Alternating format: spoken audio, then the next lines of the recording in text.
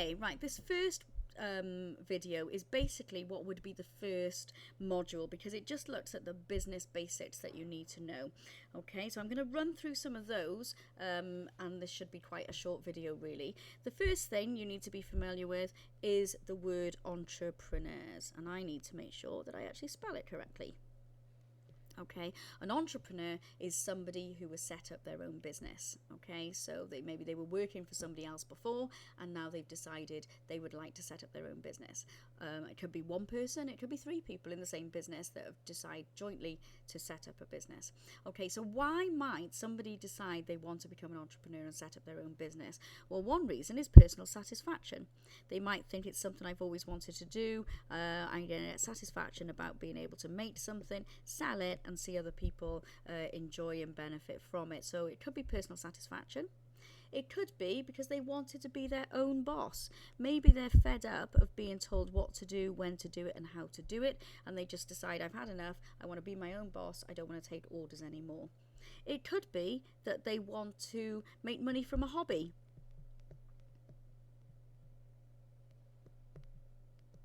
Maybe they want to pursue their hobby longer. It's an interest that they've always had, and rather than going out to work and doing something else, they want to actually spend their time doing this and make some money from it. And finally, it could be to set up a social enterprise. Now, a social enterprise is a business that doesn't have profit as its main aim. All right, it's usually set up because they want to benefit the local area rather than make loads of profit for themselves. So things like The Big Issue, which is the magazine that is sold by homeless people on the streets, that is an example of a social enterprise. There's also Jamie Oliver's Restaurant 15, which is where he took 15 people, young people that were out of work, didn't have a lot of skills, and he basically taught them how to cook and run a restaurant, a very successful restaurant. He didn't do it because he wanted to make the profit for himself. He could have done that by writing another cookery book. He did it to benefit the people in the local area, benefit those 15 people that he set up in business and got them with skills and making their own profit. Now, what therefore are the functions of an entrepreneur? This is a question you could be asked. And I've got to spell it again correctly. There we go. Okay, right, well, they've got to be creative, haven't they? They've got to be able to look for something that other businesses haven't already done. Otherwise, why are you going to buy from an entrepreneur? You might as well go and buy from the competition that already do it. They've got to be innovative. All right, look outside the box, look at things that haven't yet been done. They've got to have plenty of new ideas. Okay, they've got to be prepared to take risks. Because at the end of the day, they are investing all of their money in this business, so they've got to be able to take risks. They've got to be able to be well organised. They've got to be able to organise production of their product. And they've got to be good at overcoming problems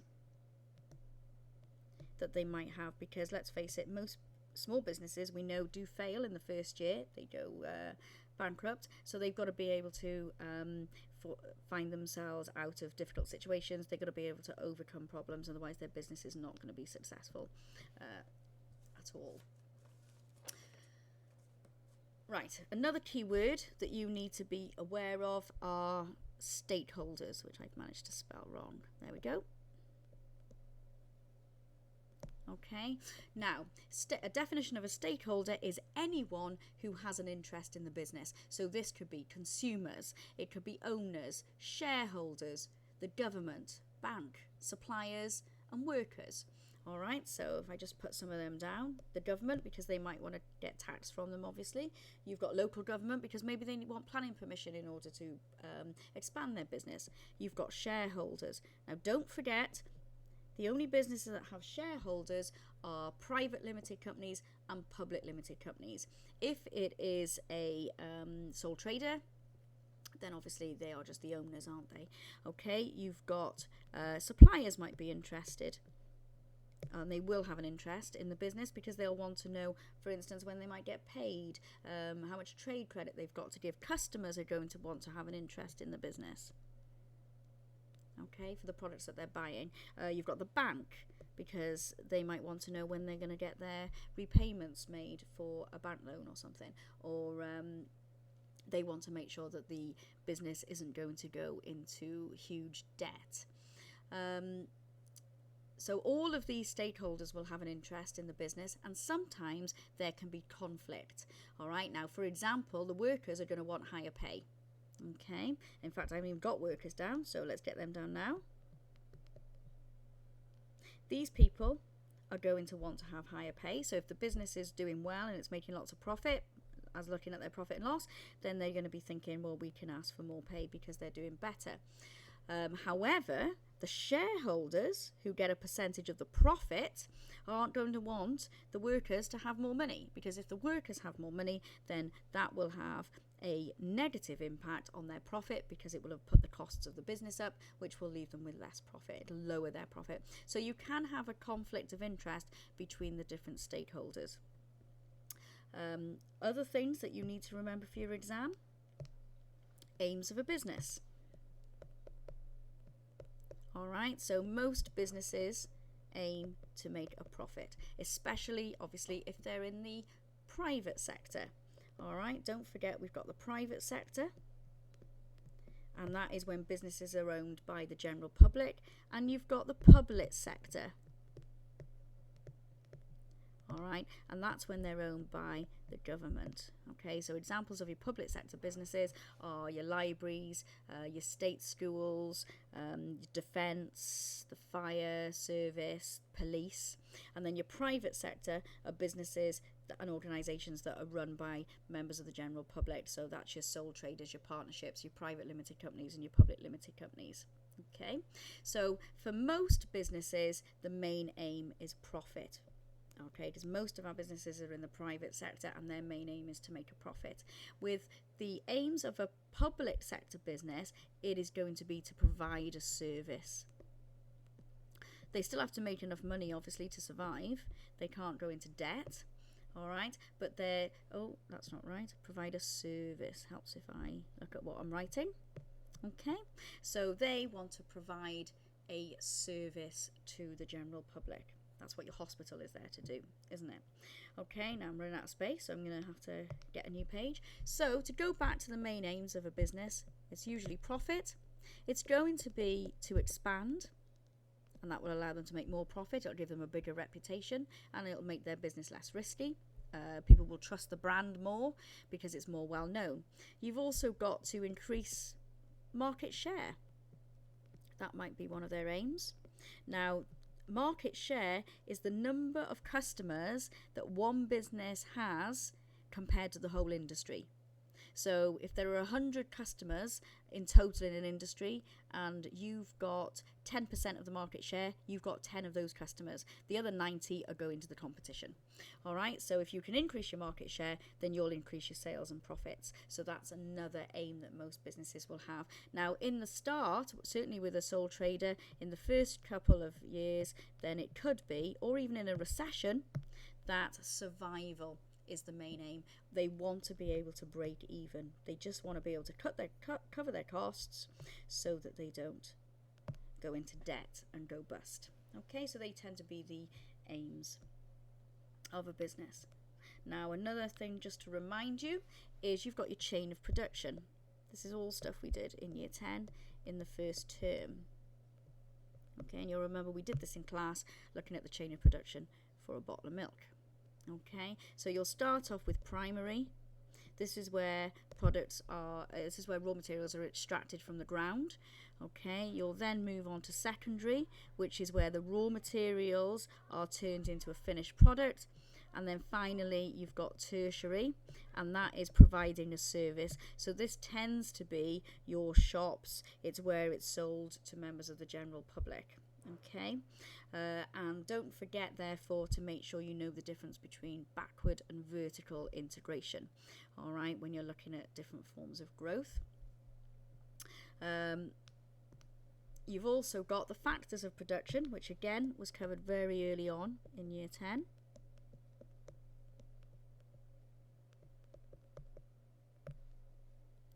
Okay, and these are land, labour, capital and enterprise. These are the things a business needs in order to be successful, in order to function. It's got to have land, all right? That could be where I think when we did it in year 10, we used McDonald's as an example, and their restaurants, so that's where they're actually selling the goods from. You've got labour, that might be physical or mental, but that's your workforce. Capital is your equipment, your machinery, etc. And then enterprise is the owner, the person taking all of the risks, and therefore receiving the reward, which is the profit as well. Okay, now the final thing there for me to cover is going to be business ownership. All right, and I'm going to take you very quickly through that. The first one is a sole trader. This is the smallest type of business owner. All right, that is where you've just got one person. All right, and in the exam, you're going to have to give a couple of advantages and a couple of disadvantages. So the advantages of being a sole trader are that you keep all the profit. And you don't need to learn shed loads. All right, you get to keep all the profit, make all the decisions because you are the only person. Okay, and it's very easy and cheap to set up as well.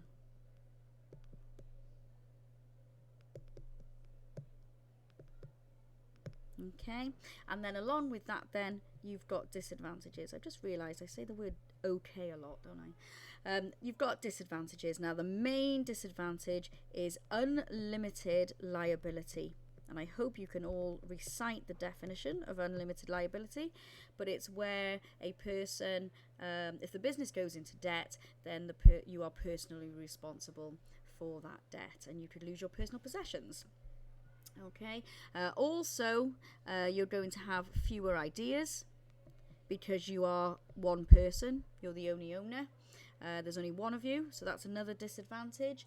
And it's difficult to get startup capital.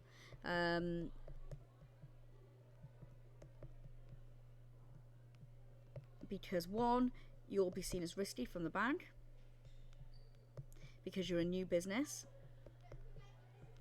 All right, and also there's only you putting money into the business, so therefore you're limited to whatever finance you can either borrow or you can put in from your own savings, etc. So that's a sole trader. The next type of ownership going up in size is partnership, and this is usually when there are 2 to 20 owners, and they're called partners, and they own, control and run the business together. Now again, there are advantages of being a partnership. So now you've got extra capital because obviously all of your partners, if there are 5 of you, then you're all going to put the startup money in together. That will be an advantage because you will have to borrow less from the bank, so you'll have lower interest rates, interest costs, which reduces your business costs, which means you'll make profit faster. You can also share the workload. So instead of trying to do all the jobs yourself, you can now split it between you. You can also look at your different skills, and you can do the work that you're specialist in. So you might be better at accounts, one of your other partners might be better at production, for instance. If you share the workload, you've got more time to spend on the jobs that you're doing, and therefore you're more likely to do them better. If you do them better, then you're more likely to increase your sales and profits. Now, again, there are disadvantages of being a partner in a partnership.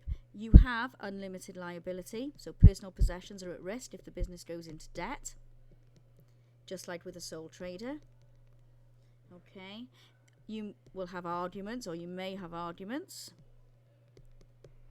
Okay, which isn't good when you're trying to sell. Nobody wants to operate with a business that's constantly falling out, where people don't know what they're doing. It's going to take longer to make decisions because you're going to have to consult with the other partners. which means the competition might make the change before you and therefore steal most of the customers. Now, in a partnership, you will be recommended to produce a deed of partnership, which is a legal document which spells out, it lists what happens in the event of different things. So it will explain how much profit each person is getting, it will explain what happens if a partner wants to leave, what work they're each going to be putting into it, and it's designed in order to prevent arguments in the future. Moving on to the next business, it's a private limited company in size.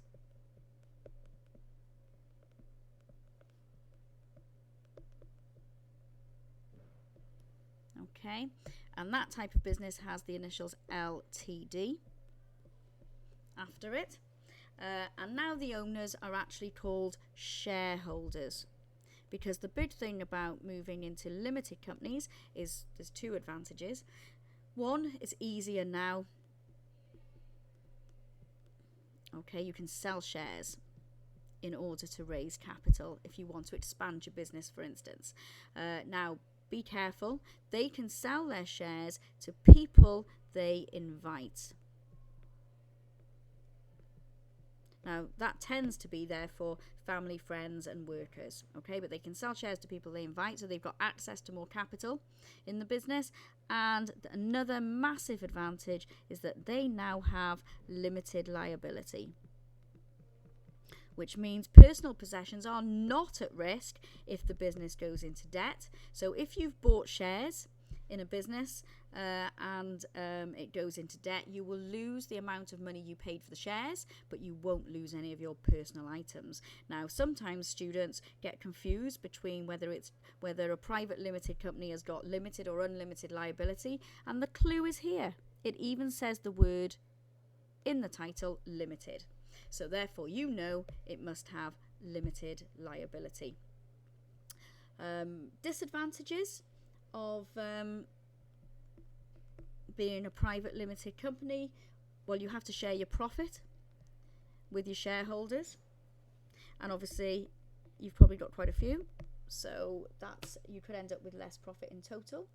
All right, and also the shareholders are going to have some control now of your business as well, and also it's more expensive. That looks weird. More expensive to set up than the other two types of ownership. So it's more expensive and time consuming, because now you've got to write a memorandum of association, articles of association, and you've got to register with Companies House what your business is doing. Okay, that's a private limited company. The biggest size is a public limited company.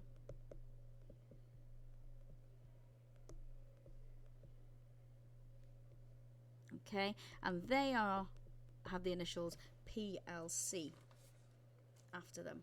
Now, again, owned by shareholders, but the big difference here is that they can sell their shares to anyone on the stock exchange. Okay, so they can sell shares to anyone, which gives them access to much more money. All right, so the advantage here is they can get large capital from selling shares.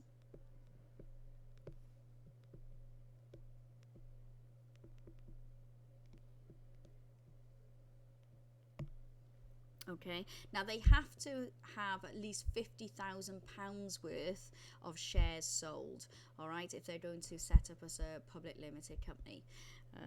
So that's an advantage, that they can do that and get money. They're also seen as less risky because they're bigger, they're more well known, they've got a higher reputation, and also because of their increased reputation, the best workers are going to want to work for them. So they can get very skilled specialist workers who, because they know the business, they've heard of the brand, it's well regarded, they therefore want to get jobs in that business, so they can pick the best people to work for them. So that means they do their job very, very well, which should keep costs down, help sales go up, and therefore have a positive impact on profit. Now, obviously, because they're a public limited company and they're bigger, they'll also benefit from things like economies of scale. There are some disadvantages, however, of being a public limited company.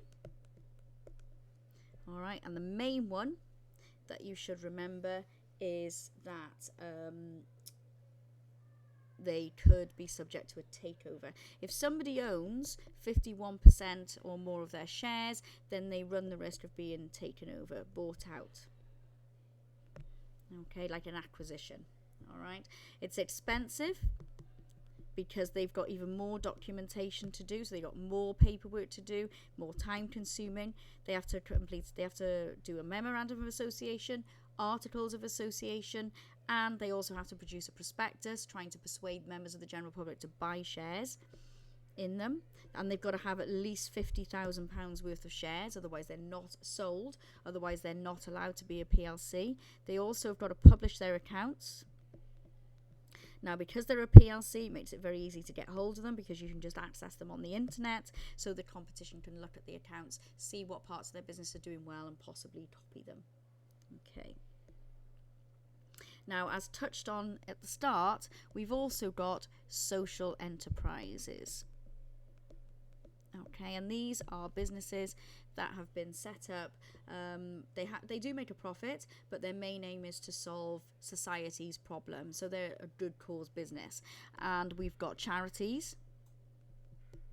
These will try and get as many donations as possible in order to help fund a cause. So that could be British Heart Foundation or things like that. You can just think of the charity shops that we've got in Haverfordwest.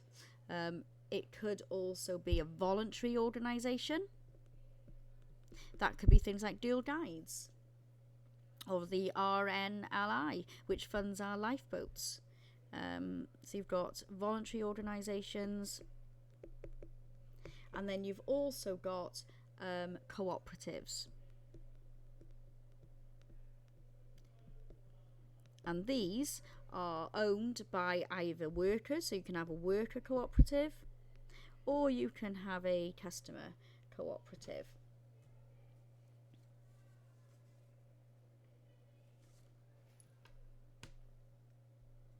So, consumer cooperative.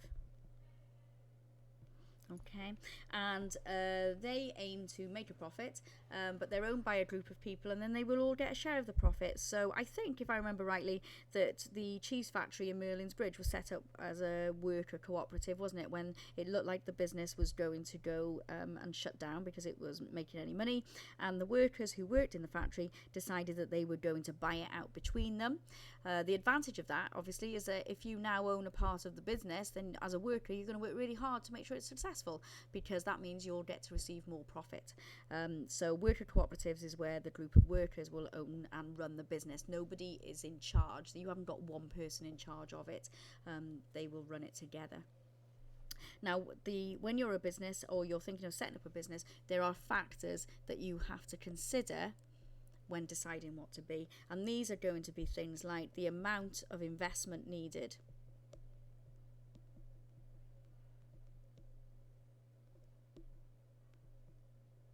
Okay, if you don't need a large amount of investment, then you're probably going to keep your business smaller. But if you need £3 million in order to expand into another country, then you're not really going to be successful as a sole trader doing that. All right, because you won't be able to get that kind of money. The amount of risk. Do you go for a business that is easy to set up and cheap, and but has unlimited liability? Or do you say, no, we'll do the a little bit more time consuming, it's more expensive, there's more processes and paperwork to go through, but we want limited liability. Now, what tends to happen is that businesses will start out as sole traders or partnerships, and as they grow and the business becomes worth more, then you will start to see them changing into a private limited company. They will also consider the aims of why the owner set it up. Because don't forget, some business owners are quite happy to stay small. It's not everybody's aim to own a big multinational business. Multinational, that word means businesses that operate in different countries. Now, the last bit of info, I guess, is franchises. Okay, now don't forget, because some people get confused, A franchise could be a sole trader, a partnership, a private limited company. By being a franchise, you still have to be one of the other types of ownership. Being a franchise just means, all right, that you are probably a franchisee, and therefore you are allowed to set up your business under somebody else's brand name. You've got permission to use their brand name. And the franchisor is the word given to the business that is allowing people to set up using their name. So this would be Ron Monsey, and this would be McDonald's if it was the McDonald's in Haverfordwest. And you need to be familiar with what the advantages and the disadvantages of being either the franchisee and the franchisor are. So very quickly, if you are the franchisor, which means you allow people to set up their business using your name, all right, then the advantages are that you get to expand without the hassle. So you become more well known, all right, you'll have an increase in your reputation, hopefully, because you're more well known, your brand is more known, and you haven't actually done any of the day-to-day running of the business. You also get a percentage of the profit. Now this is called royalties, and you haven't actually done anything for it. So you get to make a profit without actually having to do anything major, without actually having to run that business yourself. However, there are disadvantages. Okay, so first of all, it may damage your reputation if your franchisee runs their business badly. So the whole business's reputation is at stake if one franchisee does not run their business properly. You also don't get all the profit. If you owned that branch, if you owned that one, then you would actually be receiving all of the profit. So you don't get all of it because the franchisee gets to keep most of it, don't get all the profit. Okay, and you have to provide support and training, and that can be time consuming. Provide training and support, and that can, like I said, can be time consuming. It increases your costs, so therefore would also be a disadvantage. So that's the franchisor. And then you've got the franchisee, and the franchisee is the person that you've allowed to run the business using your name. So what are the advantages to them of being a franchisee instead of just setting up the business themselves? So what would be an advantage of me setting up as McDonald's as opposed to setting up as Edwards Burgers? Well, the first advantage is that I get a well-known brand. And if I've got a well-known brand with a good reputation, then customers are going to know of me, they're going to trust me, and I'm likely to get more sales and more profits. Secondly, if I'm a new entrepreneur, I'm going to get support and help, which if I set up as Edwards Burgers, I wouldn't get. I'd have to make the decisions myself. It would be a lot harder, more stressful maybe. So another advantage is the fact that the franchisor is going to give me support and guidance, so I don't feel so alone in running this business. Many of the decisions are going to be made.